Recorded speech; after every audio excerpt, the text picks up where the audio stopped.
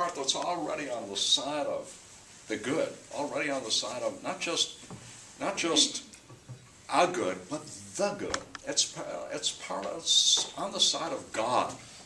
And in fact, it's a little bit of God. And it's in us too. But if there's a little bit of God in us, the next question just doesn't come up. So what should rule in you? Who's you? You want to be that animal? You want to be this God? Of course you want to be the God, right? And that's in a way what dominates and continues to dominate a huge set of pictures that we have of ourselves, which is that the true self, the real self, is somehow or other a morally good self.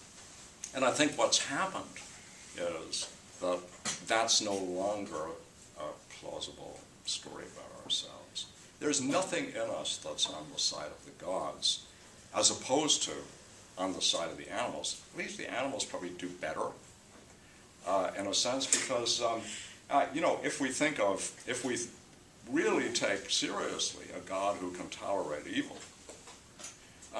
that turns out to be pretty monstrous, hard to tolerate. Maybe it's better, the wolves made for life, maybe it's better to be on the side of the wolves than on the side of a God imagined in a certain sort of way.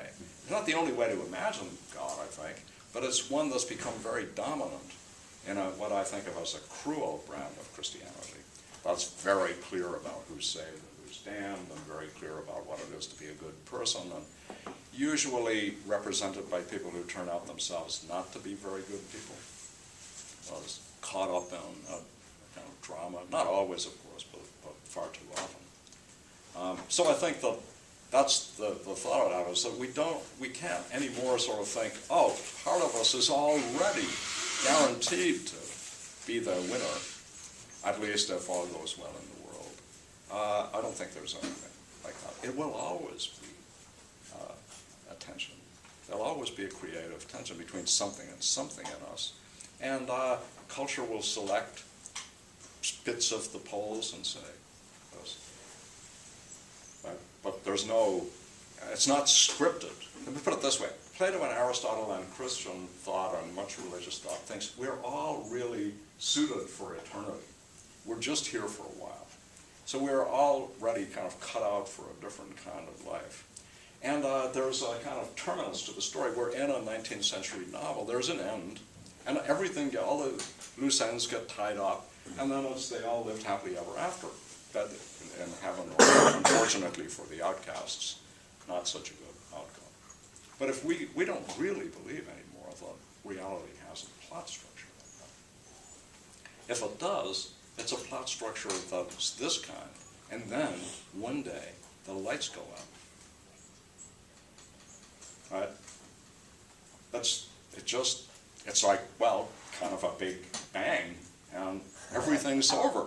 There's nothing's resolved. What didn't come when we were all wanted it.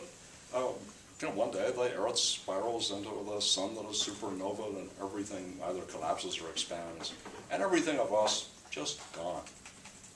Everything. So we can't tell ourselves a story in which our lives are justified by the end, because the end won't justify anything.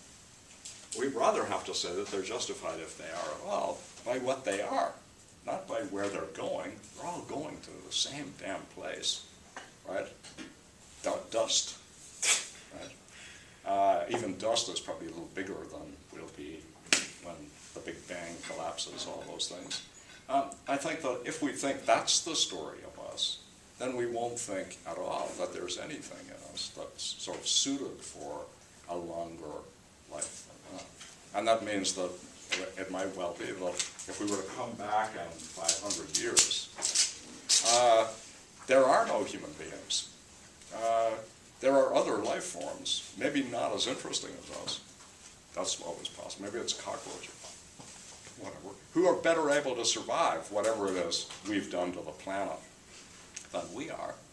And then it turns out that our story was just a bit like the story of the dinosaurs. We were here for a while. We screwed things up, or things got screwed up for us. We disappeared. That's it. We don't know any of these. So on one version, we already know who we are, what we are, where we're going, what it's all about, what the meaning of life is, what the end will be.